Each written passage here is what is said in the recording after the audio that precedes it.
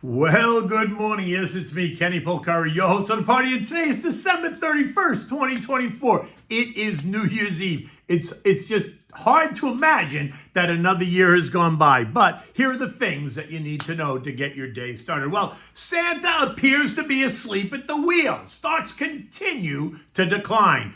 Bonds did rally a bit, though. Could they be entering the interesting zone?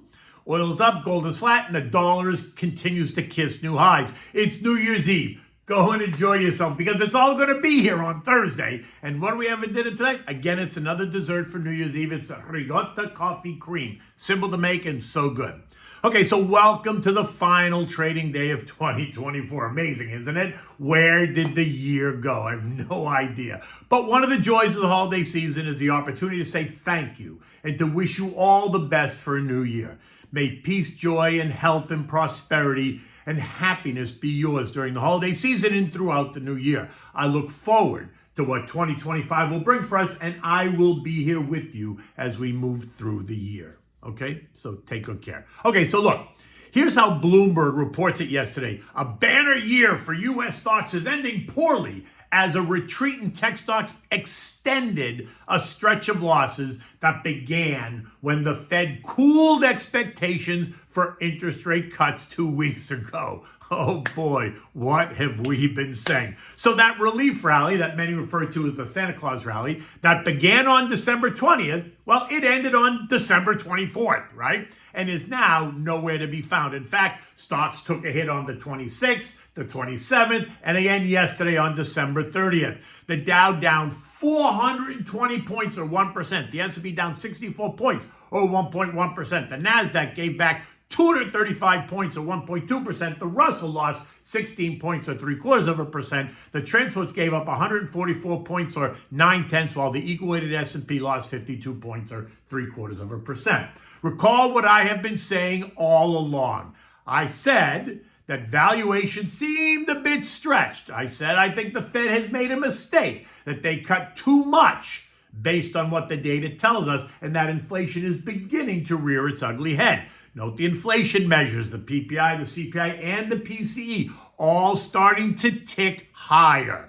Bonds have cratered as yields surge. The 10-year is up 100 basis points since JJ cut rates by 100 basis points starting in September. The dollar is kissing new highs while oil and gold churn in a tight trading range. Oh, right. And the labor market? That's not crashing at all. And so what I think is happening is that stocks are repricing as investors digest the information. And when volumes are muted and participants are away, the repricing is amplified and can just feel a bit uglier. Now, before you go get your panties in a bunch, understand all of the action over the last couple of days is really being driven by the Algos. Asset managers are away from their desk. Retail traders are still celebrating the holidays, right? Remember, Algos operate on a mathematical formula. They don't pay attention to price or to tone. They're not married to any position. All they know is what they're programmed to do. So when individual stocks or indexes hit or break those defined levels, then they go into sell mode. There's no discussion. They just go into sell mode because that's what they're programmed to do. And when that happens, the buy side algorithms, they pull back as well because they get those same defined levels when they're broken. The buy side algos cancel and move their bids lower, leaving a void in prices, and it causes swift moves lower. And by the way, that's good for the buy side algos because they're not getting run over, right? And by the way, again, the same is true when stocks pierce those defined levels to the upside, right? That causes the buy side algos to go into buy mode, and then the sell side algos cancel and move their offerings up higher, leaving a void in prices on the way up, forcing the buy side algos to pay up for stocks. But wait, what makes it all the more unnerving when stocks are in a downtrend is that the moves are amplified now because there are less participants and volumes are lower. So is it uncomfortable? Sure.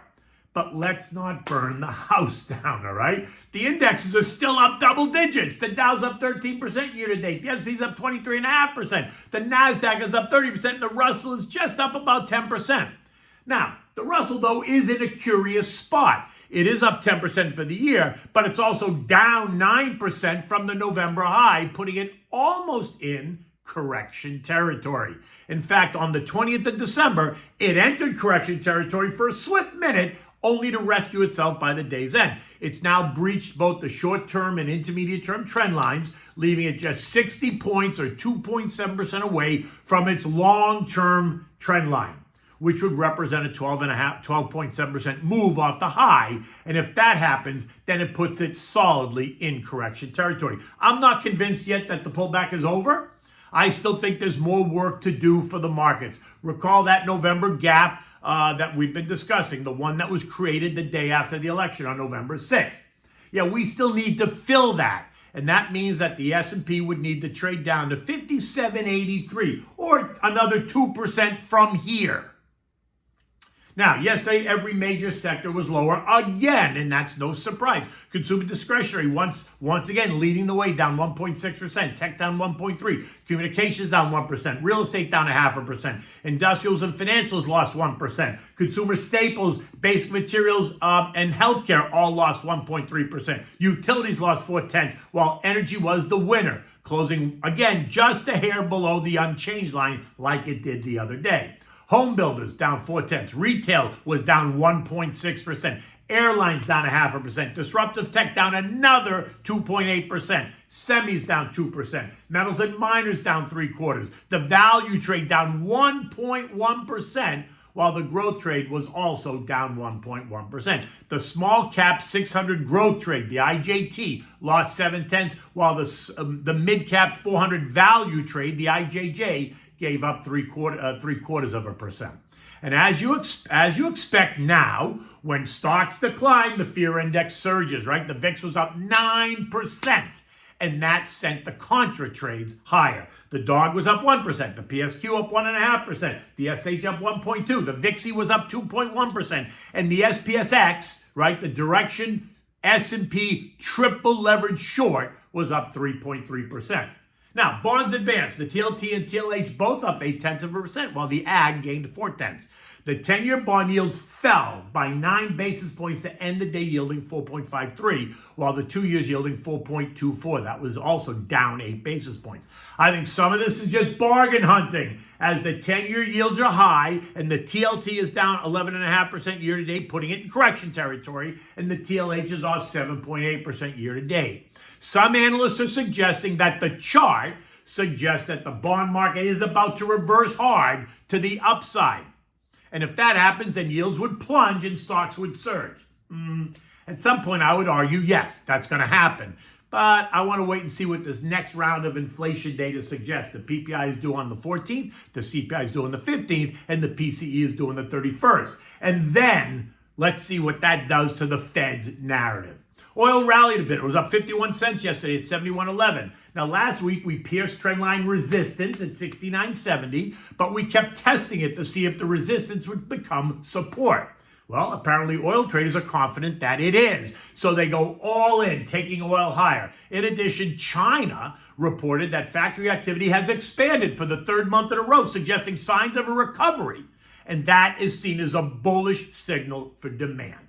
Now, we're just 80 cents away from the October high of $72 a barrel, and we're $1.60 away from the long-term trendline resistance up at $72.70. This morning, oil's up 40 cents at $71.50.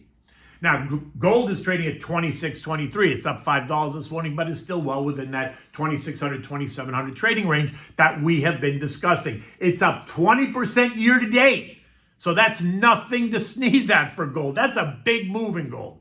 Recalling that the street remains bullish on gold in 2025. The majors, including JP Morgan, Goldman Sachs, Citibank, they're all forecasting $3,000 gold by the end of 2025. They cite the usual factors, ones that we've been discussing: monetary policy, geopolitical risk, central bank purchases around the world, and ongoing economic uncertainty. U.S. futures are up this morning. Wow, look at that. Dow futures up 90, S&P's up 18, the Nasdaq's up 85, while the Russell is ahead by 8.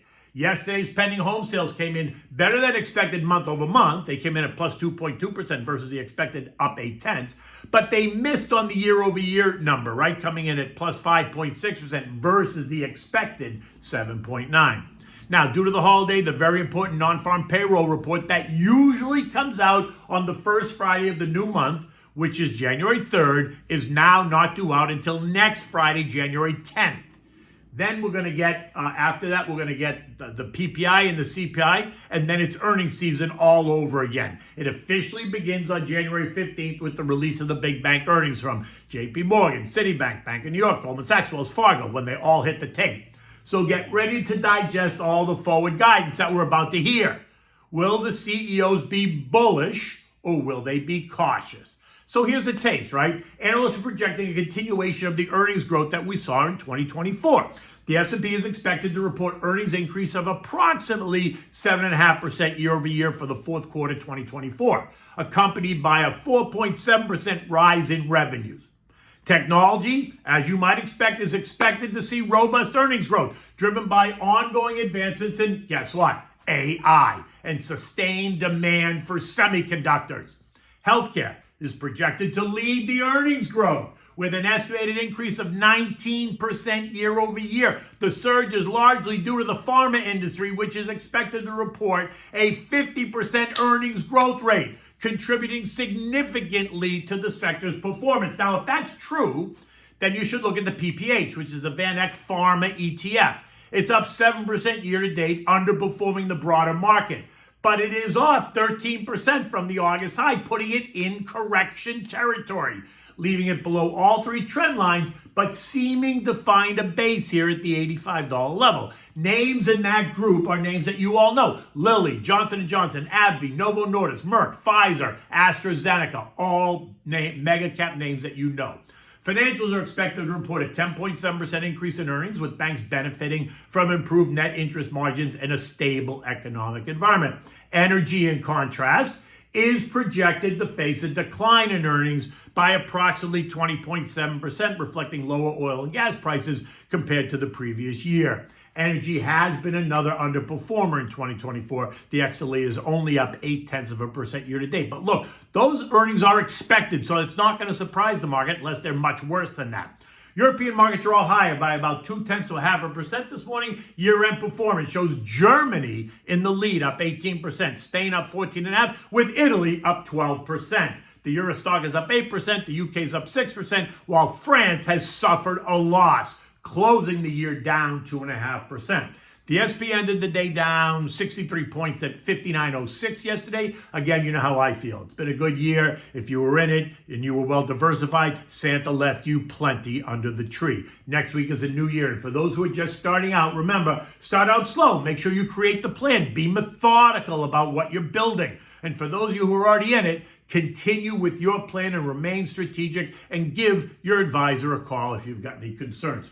Better yet, give me a call. In any event, what do we have for dinner tonight? Well, it's not dinner, it's dessert, and it is New Year's Eve. And this is a simple one, but I give it to you every New Year's Eve because I think it's perfect. The Ricotta coffee cream, right? It's a simple dessert for New Year's Eve, and really for any holiday. If it takes you longer than 1 minute, then you did something wrong. So this is a combination of ricotta cheese, rum, and espresso coffee. Period. That's it. You need 1.5 pounds of fresh whipped ricotta cheese. You need 2/3 a cup of sugar, 5 tablespoons of dark rum, 1.5 cups of espresso. An espresso cup, not a coffee cup.